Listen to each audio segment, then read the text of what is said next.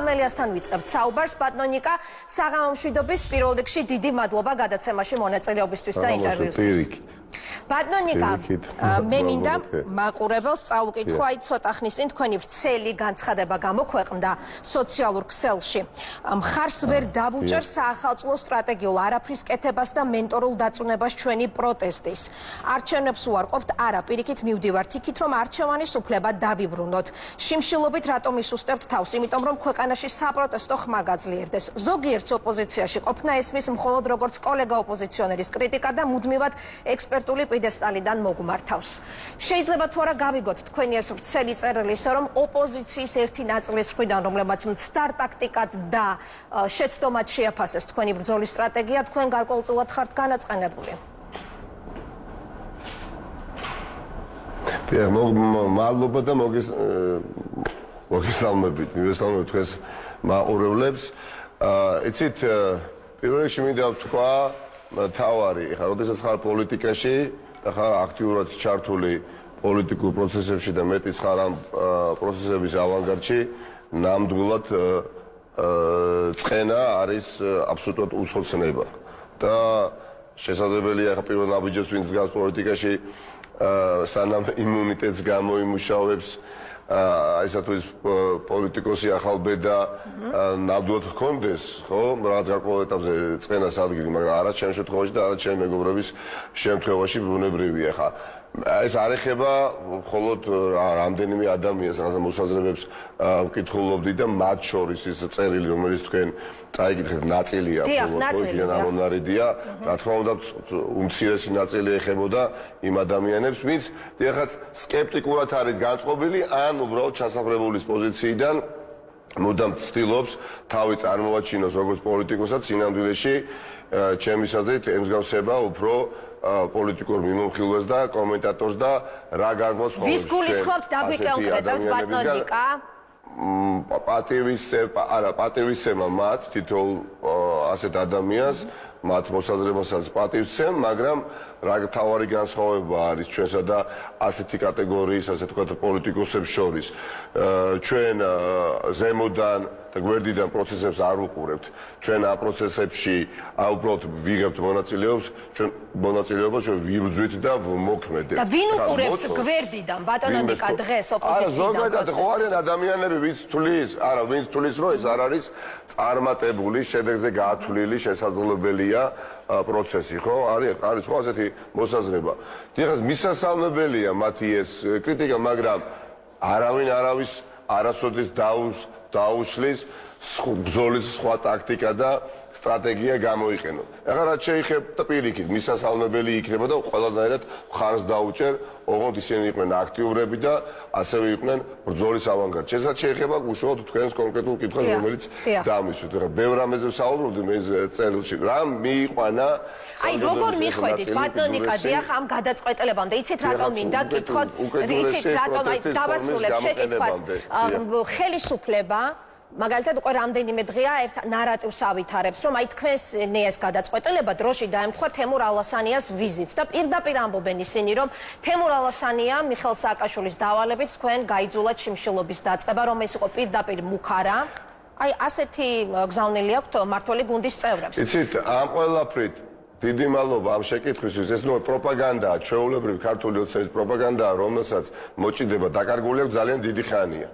ამით უბრალოდ ისინი პირველ რიგში საკუთარ თავებს აყენებენ შეურაცხყოფას, თუნდაც პროპაგანდის წარმოების პროცესშიც კი, იმიტომ რომ იმდენად ახლართულნი არიან ამ მათივე პროპაგანდის აბლაბუდაში, რომ ვერ გაერკვნენ რომელი ერთი აიღონ და განავითარონ. ეხლა მთელი ამ თვეების განმავლობაში საუბრობდნენ განსაკუთრებით 2 თვის განმავლობაში, რომ მე და მიხეილ სააკაშვილის შორის არის წარმოუდგენლად მაღალი მასშტაბის რაღაცა კონფლიქტი და თითქოს ჩვენ არ ვიცი დღე-დღეზე საჯაროდ დაუპირისპირდებით ერთმანეთს. ხო, როდესაც სჭირდებათ, როდესაც მე თავად გახდით ციხეში სხვა პროპაგანდას აწარმოებდნენ. დღეს უცბად დაჭირდათ და ამბობენ, თუმცა თემურ ალასანიას ინტერვიუში იყო გარკვეული შეუძლია არა მიხეილ სააკაშვილს შეუძლიათ დაუსრულეთ თუ შეიძლება კი დაასრულეთ და უბრალოდ და უცბად მოვიდა ეტაპი, როცა დაჭირდათ პროპაგანდა და ამბობენ, რომ არა უბრალოდ მიხეილ სააკაშვილს შეძლებია თურმე ჩემი მითითების მოსცემა ჩემზე, არამედ მის ბიძას. ახლა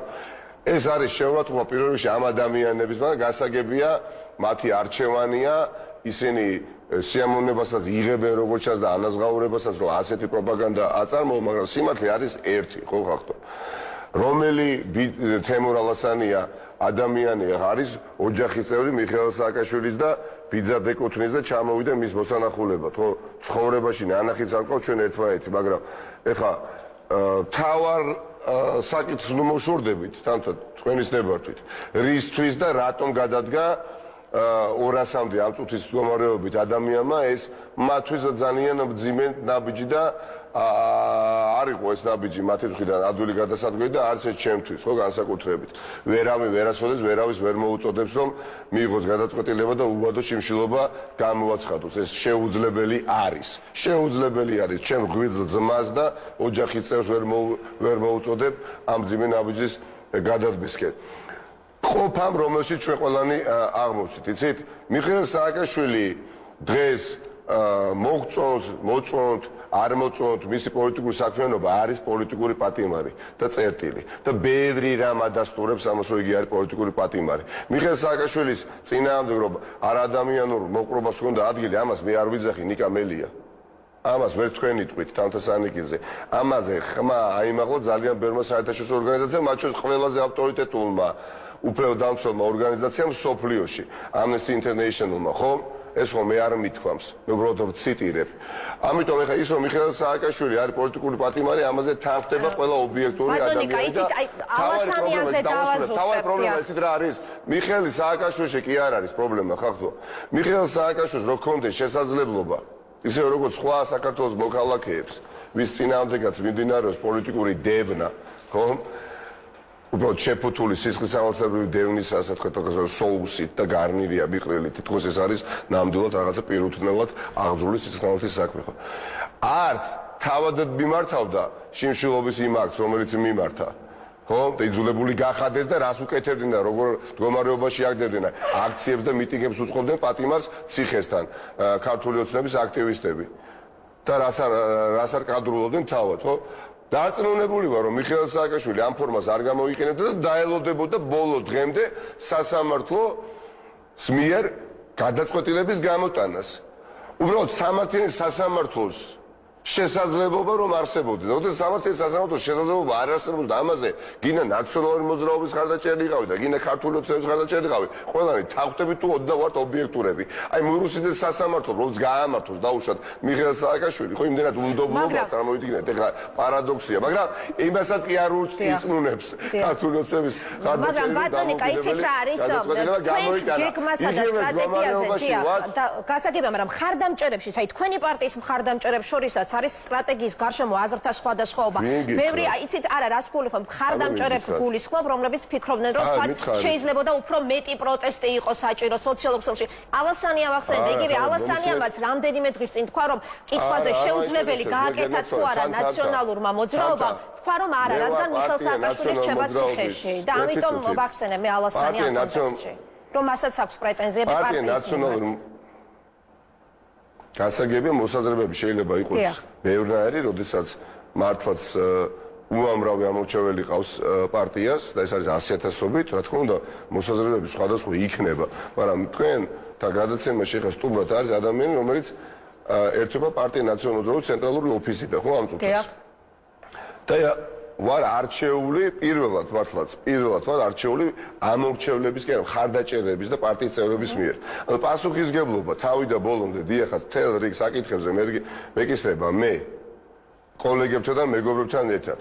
და მე ნამდვილად ეხა მიუხედავად იმისა რომ შეიძლება ერთგული ხარდაჭერთა ჯგუფი არსებობდეს რომელსაც სხვა ხედვა და გეგმა ჰქონდეს ან ექნება მომავალში ეს იმას არ ნიშნავს რომ მე მათი პოზიცია გავიზიარო და ქმედებებში ასე ვთქვათ ავსახო ხო სხვა საკითხია როდესაც შენ უსმენ და იზიარებ მათ პოზიციებს და გული გეტკივა მაგრამ სხვა საკითხია როდესაც შენ გადაწყვეტილებებს მოარგებ მათ მოსაზრებებს. ამაზე მე მგონი ბევრი სასაუბრო აქ არ არის. გადაწყვეტილებას დიახაც იღებს პარტია ნაციონალური მოძრაობის თავმჯდომარე თავის კოლეგა მეგობრებთან ერთად. მიხეილ სააკაშვილთან შეთანხმებული იყო ბატონო ნიკა ეს ბრძოლის სტრატეგია 21 დეკემბერს, რომელიც გამოაცხადეთ, ჩართული იყო ამ გადაწყვეტილების პროცესში. როგორ ეს ყველაზე კარგად იცის ეხა ბატონმა არ ვიცი ივანიშვილმა სუსის მეშვეობით ეხა იყო თუ არ იყო. ეხა მიხეილ სააკაშვილი 20 საათიანი დაკვირვების ქვეშ ყავთ, იქ სადაც ყავთ და როგორ შეიძლება ესეთი დეტალი, რომელიც ეხება ადამიანის მიერ უბადო შიმშილობის გამოცხადებას ვინმე წაახალისოს. ან მიხეილ სააკაშვილმა ვინმე, ან მე რომელიმე სხვა ადამიანი. არ იყო თუ გაინტერესებთ კონკრეტულად საქმის გულში, რა თქმა უნდა. იმიტომ რომ ეს არის ის საკითხი, რომელიც მე თელი ჩემი რწმენით გადავწყვიტე, რომ ამ ეტაპზე არის ძალიან მნიშვნელოვანი და რატომ? მოდით ამაზე ვისაუბროთ, ხახდო. ვისაუბროთ იმაზე, თუ ქვეყანაში ჩვენ გვაქვს სამართლიანი სასამართლოს შესაძლებლობა თამთა. თქვენ დღეს ვარ მუშაობდეთ იქ ტელეკომპანიაში, რომელშიც მუშაობთ და გახდეთ კრიტიკულად კვეთრად კრიტიკულად განწყობილი ოპოზიციური ტელევიზიის თანამშრომელი, თქვენც კი შესაძლებელია მომავალში თუ ეს ვითარება არ შეიცვალა, რაც შეიძლება სწრაფად პრობლემები შეიქმნათ ამ პოლიტიზირებულ პროკურატურასთან და დევნის ორგანოებთან. რატომ? იმიტომ რომ განსხვავებულ პოზიციას დევნის ეს რეჟიმი განურჩევლად სახელისა და გვარისა. დღეს, როდესაც ტყვეობაში არის აყვანილი ადამიანი მიხეილ სააკაშვილის სახით, ან ქვეყნის მესამე პრეზიდენტი, რა თქმა უნდა, ეს პრობლემა არის. პრობლემა არის, რომ მას არ მიეცემა შესაძლებლობა თავის სიმართლე დაამტკიცოს, მაგრამ მთავარი პრობლემა ეს კი არ არის. მთავარი პრობლემა არის ის, რომ მიხეილ სააკაშვილი თუ გამოვა ციხიდან, ციხეში არ იქნება, ხახდო. რა თუ და რა ვერკეტით გესახებათ, ბატონო ნიკა, აი ლევან ბეჟაშვილის განცხადება წავიკითხე, ახლა რომ 2022 წელს გარეთ იქნება მიხეილ სააკაშვილი, აი რა ვერკეტებით გესახებათ მისი გამოხსნა? ეს პოლიტიკური ხვალდაზე რომ აღარ უნდა არსებობდეს პოლიტიკური დევნის ნიშანწყალი, აი ამისთვის ვიბრძვით, დიახაც. ის რომ დღეს რეჟიმის ხელში ნურუსიძე სასამართლო არ არის და არის უბრალოდ მათრახი, ესეც ხომ ფაქტია. ისიც ხომ ფაქტია, რომ ადამიანებს უბრალოდ რომლებსაც უყალბებენ არჩევნებს და მიუხედავად ამისა ქართული ოცნების მიერვე დაწერილი პროცენტების მიხედვით და აბსოლუტურ რიცხვებშიც კი გაცილებით მეტნი ვართ, ვისაც ცვლილება გვინდოდა, ხო მილიონზე მეტი ადამიანია მათივე გაყალბებული არჩევნების შედეგებით მიხედვითაც კი, ხო გსურს ჩვენ რომ კრიზისი პოლიტიკური, ეკონომიკური, ფინანსური, ეპიდემიოლოგიური და ასე შემდეგ დაიძლიოს, მაგრამ ეს ყველაფერი ვერ მოხერხდება ამ რეჟიმის პირობებში და ოპოზიცია დიახაც სამაგალითოდ პასუხისგებლიანად იქცევა. სამაგალითოდ დიახაც განსხვავებით შესაძლებელია წინა წლების და წინა ხელისუფლების ოპოზიციისგან და ბოლო წლების ოპოზიციასაც გულისხმობს. სამაგალითოდ. ბატონო ნიკა, აი ოპოზიციის ნაწილმა დიახ, გასაგებია. როდესაც გამოიყენებს ყველაზე დიდი ოპოზიციური პარტია იმისათვის, რომ თქვენს და მეც მოგვიპოვოს თავისუფლების მეტი ხარისხი, დიახაც არის მისასალმებელი და როდესაც საუბრობენ რადიკალიზაციაზე პროცესების, თუ კი ვინმე ცდილობს და ახდენს პროცესების რადიკალიზაციას, რა თქმა უნდა, ჩემს კარგად იცით ეს ვინ არის, ეს არის ქართული ოცნება რეჟიმის სახით. როდესაც შენ არჩევნებს არ ატარებ, თამთა ეს უნდა თქვა, ბევრი მაქვს ათქველი, არ ვიცი, ამდენი წუთია ეხა ჩვენთვის დრო გაყოფილი, ამას მოვასწრეთ. როდესაც შენ არჩევნებს არ ატარებ და რასაც ატარებ, იქაც კი თელ რიგ ოლქებში მარცხდები და მე სადაც მარცხდები, ადამიანებს ემუქრები, აშანტაჟებ, ძალადობ და იმდენად მართლა დაუკრეფავში ხარ გადასული ადამიანი შემოგაკვდება ხელში არჩეული დეპუტატი, ამ შემთხვევაში ნუგზა ფუტკარაძეს გულისხმობ. ვის რადიკალიზაციაზე ბატონიკა, რადგან დრო შეზღუდულები ვართ, ყველა კითხვები და მოვასწროთ, დიახ. ძალადობ ადამიანებზე ვის რადიკალიზაციაზე საუბრობ, ხო? მაგრამ ეს ყველაფერი ქართულ ოცნებას არ ჭირს კარგი ცხოვრებით და დავასვამას კარგი ცხოვრებით არ ჭირს, მე მათი მესმის, მეტიც არ მშურს მათი, ისინი ძლიერის პოზიციაში რომ იყვნენ, რა თქმა უნდა, ძალადობას არ მიმართავდნენ, მაგრამ როდესაც პოლიტიკური მოჭედება მათ აქვს დაკარგული, იძულებულნი არიან საკუთარ პოლიციურ დანაყოფებს, ზონდერ პოლიციურ დაჯგუფებებს დაეყნონ, ვინაიდან პოლიტიკური კატეგორიებით მსჯელობა მათ უკვე გაინადგურეს ბატონიკა, ოპოზიციის ნაწილმა, დიახ, რომლებმაც თქვენი გეგმა დაიწუნეს, ოპოზიციის ნაწილმა, რომელმაც დაგიწუნათ ეს ბრძოლის გეგმა და მიიჩნია უპერსპექტივოდ. ასევე სახალხო დამცველმა მოგიწოდათ, რომ იგივე საპარლამენტო ბერკეტები გამოიყენოთ, იმიტომ რომ 36 მანდატი გაქვთ და ხელისუფლებას ებრძოლოთ სწორედ საკანონმდებლო ორგანოდან. პირდაპირ ასეთი მითითება იყო სახალხო დამცველისგან. აი რატომ არ ხდება ამ ბერკეტების გამოყენება, იმიტომ რომ საკმაოდ დიდი წარმომადგენლობით მე რაზე საუბრობდი თქვენ მე საუბრობ. ბიზინა ივანიშვილი თამთა არის ოლიგარქი ამ ქვეყანაში თუ არ არის? თქვენთან კითხვა თუ შეიძლება. მე კითხვებს თქვენ გისვამთ ბატონიკა. ოლიგარქი არის? მე კითხვებს გისვამთ თქვენ ბატონიკა. ბიზინა ივანიშვილი არის ოლიგარქი თუ არ არის? გულწრფელად მიპასუხეთ. მე კითხვებს სვამამ და არ პასუხობ კითხვებს. გავიგე რატომ არ იყენებ ეს მითითება იყო სახალხო დამცველისგანაც ბატონიკა. თქვენ კითხვაზე პასუხს ვცემ. ბიზინა ივანიშვილი არის ოლიგარქი თუ არა? ბატონიკა არის თქვენ ხომ იცით რო არა პირდაპირ ეთერი მიპასუხებდით რომ არის არა თქვენ არ გიპასუხებდით ამას ბატონიკა საპარლამენტო ინსტრუმენტი ბატონიკა სხვათა შორის ოპოზიციის დაკონებული ვარო თუ ლეკტე არა ბატონიკა თქვენ არ იცით ჩემი პოზიცია არ იცით ჩემი პოზიცია როგორც ბატონიკა გისვამთ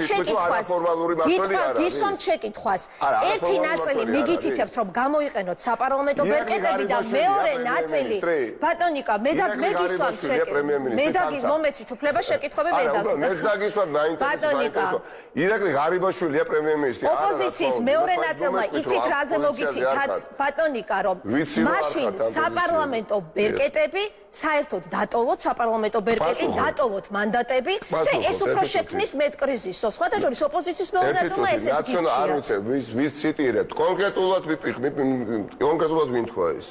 ნუ წერენ სხვათა მათ შორის მაგალითად ევროპული საქართველოს მხარდამჭერები. მათ მიაჩნიათ ეს გზა რომ თქვენ უნდა დატოვოთ პარლამენტი. ანუ ხარდაჭერები ესე იგი სოციალურ ქსელში რომელიმე Facebook მომხმარებელი რაღაცა სტატუსს დაწერს, იქიდან გებადებათ კითხვა, კი ბატონო, ეს არა, ეს არის საკმაოდ ძლიერი მუსირებს ეს პოზიცია და ამიტომ გეკითხებთ. საპარლამენტო დიახაც საპარლამენტო ინსტრუმენტის გამოყენება მნიშვნელოვანია დემოკრატიულ წესწყობილებაში. ძალიან მნიშვნელოვანია და ჩვენი ბრძოლის მნიშვნელოვანი ნაწილიც ამას ეთმობა, რომ ერთხელ სამუდამოდ დიახაც სახელმწიფო ინსტიტუციები განადგურებული კი არ იყოს. მიერთეთ ყურადღება არა უბრალოდ სულს კი არ ღაფავდეს, რომელმე სულის ღაფვაზე აქვს საუბარი, განადგურებულია. პროკურატურას არ გავს და სასამართლო სისტემას არ გავს და არც ერთ სახელმწიფო შტოს, არც ერთ სახელმწიფო შტოს არ გავს. ნორმალურ დემოკრატიულ წესწყობილებაში ბუნებრივია 200-მდე ადამიანი უწავეს ფორმას არ უნდა მიმართავდნენ შიმშილობის სახით. დღეს მდგომარეობით დიახაც ნაციონალური მოძრაობა ჯერ კიდევ იმიტომ არის იქ სადაც არის, რომ მიიღოს თუ კი ამას მაინც გააკეთებს, მაგრამ ძალდატანებით ამის გაკეთება ყველა ვარიანტში მოუწევს, მიიღოს კონსტიტუციური ცვლილება მეორე და მესამე მოსმენით, რაც უზრუნველყოფს დიახაც ამ ქვეყნის ნორმალურ შემდგომში მომავალში განვითარებას, ეს არის პროპორციული წესით ჩასატარებელი არჩევნები და იგივე დაბალი ბარიერით. ამიტომ მე არ მეგულება ადამიანი ამ ქვეყანაში, რომელიც მიესალმება შიმშილობის აქტს. არ შეიძლება უბრალოდ ადამიანურად მიესალმო და სრულად ვიზიარებ ქალბატონი ნინო ლომჯარიას პოზიციას, ხო როგორ შეიძლება მიესალმოს მით უმეტეს სახალხო დამცველი. მაგრამ ვითარების სიმძიმე დიახაც საზოგადოების გამოსაფხიზლებად საერთაშორისო საზოგადოების მათ შორის კიდევ უფრო მობილიზებისთვის არაძალადობრივი ეს ძალიან მძიმე პროტესტის ფორმა დარწმუნებული ვარ, რომ იქნება და არის შედეგზე ორიენტირებული და შედეგიც არ დაახანებს. მაგრამ ბატონიკა, აი საერთაშორისო საზოგადოება ახსენეთ და საერთაშორისო საზოგადოებისგან არ არის ასეთი ზეწოლა ხელისუფლებაზე მიხეილ სააკაშვილის უშუალოდ გათავისუფლებასთან დაკავშირებით. თქვენ ნახეთ გეშლევათ ერთი რაღაცა ძალიან მნიშვნელოვად. შიმშილობის აქტი და იმ განცხადებაში ვიტყვი, შიმშილობის აქტი ბუნებრივი არ არის საკმარისი თავარი პოლიტიკური მიზნების მისაღწევად. მაგრამ ეს არის ძალიან მნიშვნელოვანი აქტი, როდესაც გინდა მყისიერი უსამართლობის აღმოფხრა და პოლიტიკური მართლმსაჯულება დღეს არის დიახაც რაც შეიძლება სწრაფად აღმოსაფხრელი რაც შეიძლება სწრაფად იმიტომ რომ ვახსენე და ვიტყვი მიხეილ სააკაშვილი ადრე თუ გამოვა მაგრამ ეს არ არის პრობლემა აბსოლუტურად არ არის პრობლემა გამოვა ნებისმიერ პატიმარი მაგრამ ხვალდაზე ეგ ხელისუფლების იშტაზე ნებისმიერი მოქალაქე ციხეში აღარ უნდა შებრუნდეს ხო საერთაშორისო პარტნიორების განცხადებები ბატონო ნიკა რომ არ არის ასე ინტენსიური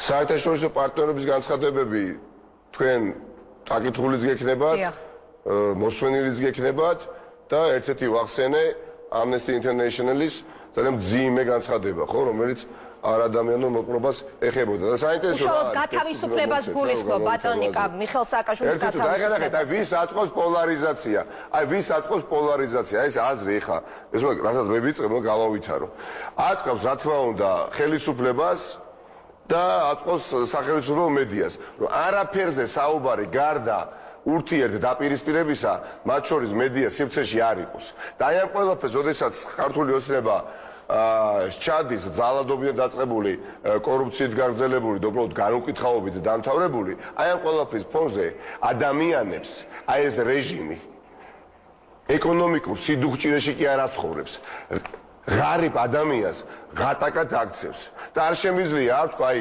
საარაკო ტყუილი რომელიც თქვა ქართულმა ოცნებამ 1 ოქტომბერს და გეყოლებათ თქვენ მომდენო სტუმარი ხო არ რომელიღაცა ქართული ოცნების ან ყავდათ უკვე არ გეყოლებათ და გკითხეთ რამდენად ეხა მე სიმართლეს ვიტყვი ტყუილს 1 ოქტომბერს შემოიტანა მთავრობა ბიუჯეტი დასამტკიცებლად პარლამენტში სადაც თქვა რომ პენსია უნდა გავზარდოთო ინფლაციის წლიური ინფლაციის ანუ ფასების ზრდის მიხედვით და 1 ოქტომბერს შეიტანა პარლამენტში დიახაც და კანონი გაგახსენეთ მანამდე ქართულმა ოცნებას ზარზეებით მიიღო პენსია კანონი პენსიის შესახებ არსებობს იმ კანონში ჩაწერა რომ კომპენსაცია გადაეხტება ყველა პენსიონერს მაშინვე როდესაც ფასები გაიზრდება რამდენადაც ფასები გაიზრდება იმდენად გაიზრდება პენსია შეიტანეს მოკლედ ბიუჯეტი პარლამენტში 8%-იანი ინფლაცია იყო 1 ოქტომბრისთვის და 20 ლარით თქვენს რომ გავზრდით პენსიას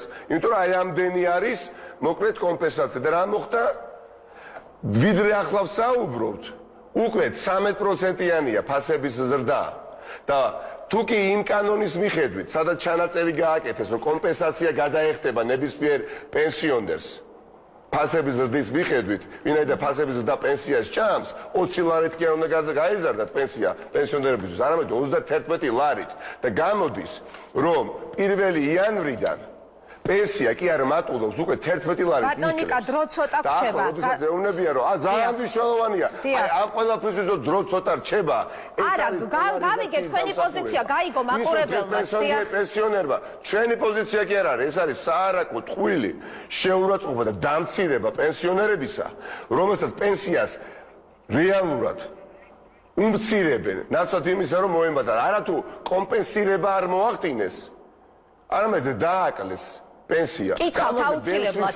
კითხავთ ბატონო ნიკა. მე პირადად. ორ შაბათს თქვენ მიბრძანდებით ათონელის რეზიდენციაში ერთი მხრივ კარვებში შიმშილობთ თანაგუნდელებთან და მხარდამჭერებთან ერთად და მეორე მხრივ ამბობთ რომ მიიღებთ ეროვნული თანხმობის პროცესში მონაწილეობას. ორ შაბათს აპირებთ სალომე ზურაბიშვილთან მისვლას.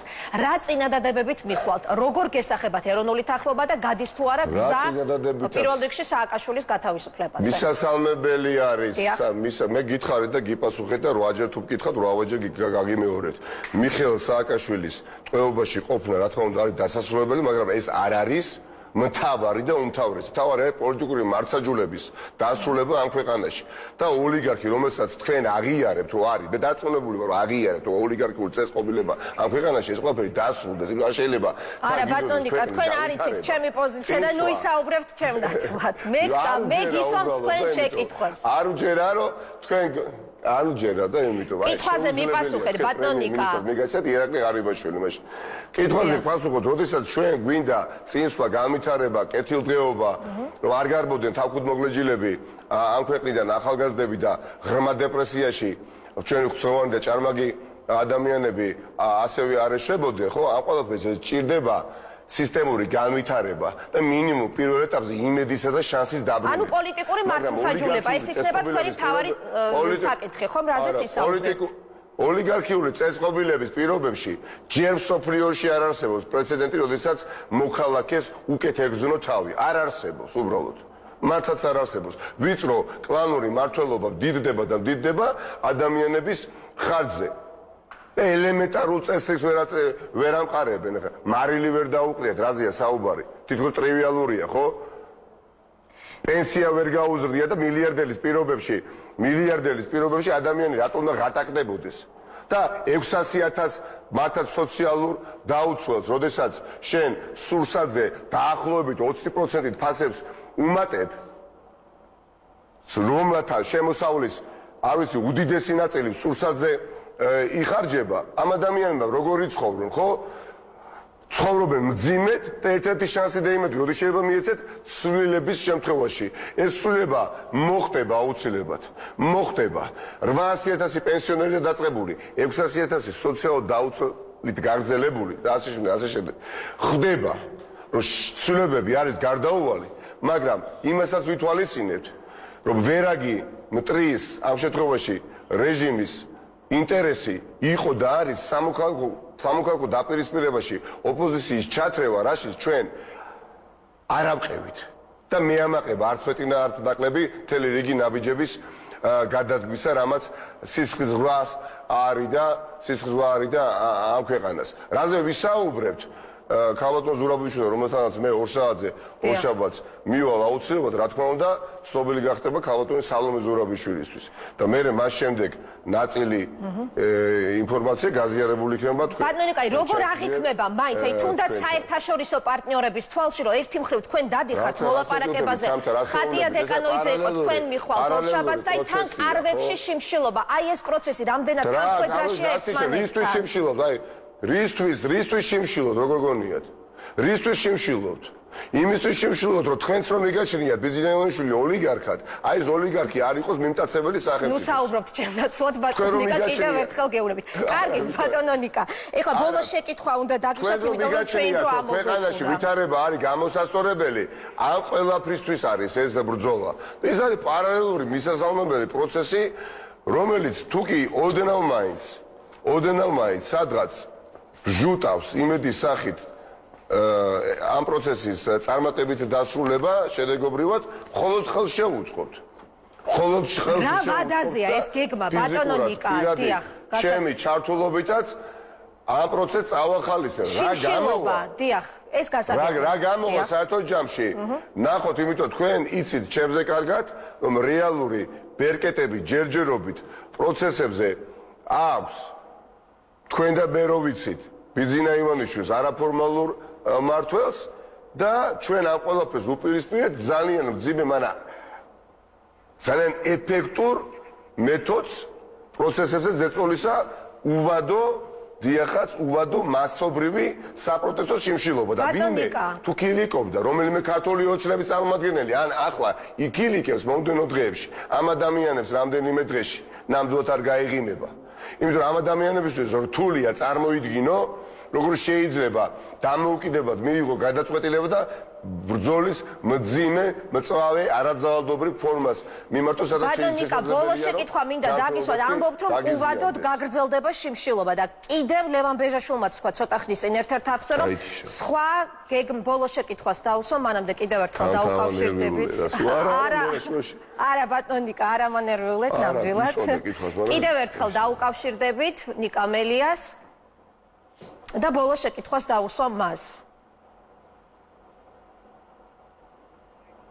რამდენიმე წამში ის გაიგებს უკვე ჩვენს ხმას, ბუნებრივია ბოლოს შეკითხვა იქნება გეგმასთან დაკავშირებით. გესმით ბატონო ნიკა ჩემი? კი. აი ბოლოს შეკითხვას დაგისვამთ. ლევან ბეჟაშვილმაც თქვა ცოტა ხნის წინ, რომ ბრძოლის სტრატეგია მხოლოდ შიმშილობის გეგმას არ მოიცავს და შეიძლება პროტესტი კიდევ უფრო გაძლიერდეს. აი რა არის ამ სტრატეგიის კიდევ ერთი ნაწილი უვადო შიმშილობასთან ერთად, როგორც ამბობთ? მათ შორის სახელმწიფო დაწესებულებებთან პიკეტირებაც, აი რომ დაგვიკონკრეტოთ, დიახ. არა, ერთი წუთით სტრატეგია თავისთავად შიმშილობა ვერ იქნება. რა თქმა უნდა, ვერ იქნება სტრატეგიის ნაწილი და გეგმის ნაწილი. გეგმის ნაწილია, რომ შვიდობიანად, არაძალადობრივად, რამდენადაც მომაზრებელი არ უნდა იყოს ამ სიტყვების გამეორება, ჩემი მხრიდან ბევრი ქართული ოცნების წარმომადგენლისთვის და რატომ არ მომაბეზრებელი იცით, მათ არ უნდათ რომ ჩვენ ასე მოგცეულიყავით. მათ უნდათ რომ ჩვენ აყოლილიყავით მათ დაპირისპირებაში. რა თქმა უნდა, ეს არის მხოლოდ გეგმის ნაწილი, სტრატეგიის ნაწილი და სხვადასხვა პროტესტის ფორმები შინაარსობრივად სხვაგვარად დატვირთული აუცილებლად სახეზე იქნება და მოქმედებაშიც მოყვანილი იქნება, მანამ სანამ რეჟიმი არ დათმობს მიტაცებულ ძალაუფლებას ხალხის საკეთილდღეოდ. აქ ბრძოლა არ არის ნაციონალური მოძრაობის ხელისუფლებაში დაბრუნებისთვის თამთა. აქ საშუალებას მოპოვებისთვის არის რომ ბრძოლა რომ არჩევნები ჩატარდეს მათ შორის არჩევნები ჩატარდეს და მართა საზოგადოებამ გადაწყვიტოს ვინ უნდა იყოს ხელისუფალი და არჩევნებზე წასვლა მოქალაქისთვის არ იყოს ასოცირებული ჰეროიზმთან და გმირობასთან. და ცემატყება არ უწევდეს ადამიანს ამორჩევას. აი ამ ინსტრუმენტების მოპოვებისთვის არის ბრძოლა და ამ პროცესში სხვადასხვა მეთოდები იქნება გამოყენებული და უნდა ვარყიოთ ეს რეჟიმი მანამ სანამ არ დაინგრევა ეს რეჟიმი, მაგრამ ძალიან მნიშვნელოვანია მას შემდეგ, რაც ეს რეჟიმი ჩამოინგრევა, ის რაც ქართულმა ოცნებამ გააკეთა, იგივე არ გააკეთოს მომავალმა ხელისუფლებამ მაღალი ალბათობით, ძალიან მაღალი ალბათობით კოალიციურმა მმართველობამ, რომ ყველა ის ადამიანი, ვინც წინა ხელისუფლების პირობებში მართლაც გასაკიცხი იყო, მართლაც დასაგმობი იყო, საკუთარი, არ ვიცი, არაკეთის ინდისიერებით, რუსიდან დაწყებული, არ ვიცი, შოთაძის გაგრძელებული და უამრავი სხვა ადამიანები, ხო, არ მიიტმასნოს ხელისუფლებაში. ეს არის ძალიან მადლობა ნიკა მელია, ნაციონალური მოძრაობის თავმჯდომარე. ქართული ოცნება სულ მეღიმება ხოლმე ნაციონალურ მოძრაობას აკრიტიკებს და ნახევარი ის ნაციონალურ მოძრაობა ყავს საკუთარ რიგებში. და რატო აკრიტიკებს? შენ ოჯახაშენებულო, მაშინ ნაციონალურ მოძრაობას შემთხვევით, იმიტომ ხო არ აკრიტიკებ, უბრალოდ ძალას ხედავ ამ მართლაც პარტიაში თავის პარტნიორებთან ერთად, რომ შენ ფული აღარ მოგაპარინო და ის არ გაგაკეთებიონ, რაც ანტისაკრიტიკული. მადლობა, გადავაჭარბეთ ყველანაირ დროს. რწმენით აკრიტიკებ, პირდაპირ გეკითხებით, გადახედონ საკუთარ შემადგენლობას პარლამენტში ქართულმა ოცნებამ და აღმასრულებელ ხელისუფლებაში და ის ადამიანები, ვისაც მთელი წლების განმავლობაში, არ ვიცი, რას არ უკეთებდნენ, დებდნენ მიწაში და მერე ზემოთ იღებდნენ და სამართლიანად თუ უსამართლოდ კიცხავდნენ, ეს ადამიანები დღეს არიან წამყვანი თანამდებობის პირები და თუ გინდათ ჩამოვთვლი, ბევრი ასეთი სახელი და გვარის ჩამოთვლა შეგვიძლია. ამიტომ როდესაც შენ თვითონ ხარ მოძალადე, შენ თვითონ ხარ დარწმუნებული შენ თავში, რომ პოლიტიკურად გაბანკროტებული ხარ და მხოლოდ პროპაგანდისტული მედია საშუალებების იმედად ხარ დარჩენილი, ასეთი ბოლოს იყო მახსოვს ასლან აბაშიძე, რომელიც ძალადობის მადლობა ბატონიკა, გადავაჭარბეთ დროს სამწუხაროდ, დიახ, მეორე სტუნდისთვის დრო აღარ რჩება. ამ მეთოდებმა იგი იმ წერტილამდე მიიყვანა, რომ ქვეყნიდან გასაქცევი გახდა. აი თქვენს მომდევნო სტუმარს ქართული ოცნები და კითხეთ, ბოლოს როდის ისაუბრა ნაციონალური მოძრაობის გარდა რეფორმაზე, როდის რა ქარხანა გახსნეს, რა ფაბრიკა გახსნეს, რამდენი სამუშაო ადგილი შექმნეს, რა საინვესტიციო კლიმატი გვაქვს დღეს ქვეყანაში და ამის გასაუმჯობესებლად რა კეთდება, პენსია რამდენით იზრდება, სყიდულარიანობა შემცირდა ამ პენსიონერისთვის თუ არ შემცირდა, მადლობა, გასაგებია ბატონიკა, ამოგვეწურა დრო, დიდი მადლობა. ამ ყველაფერზე ილაპარაკო, მაგრამ ამ ყველაფერზე რო არ უნდათ ლაპარაკი, სპეციალურად პროკურატურას დიახ ადევნებენ, პროკურატურას დიახაც აიძულებენ, რომ დევნონ პოლიტიკურ ოპონენტები, რომ მერე მთელი მედია სივრცე იყოს ამით გაჯერებული. მადლობა, გასაგებია, პარტია ნაციონალური. მადლობა, ამოგვეწურა დრო.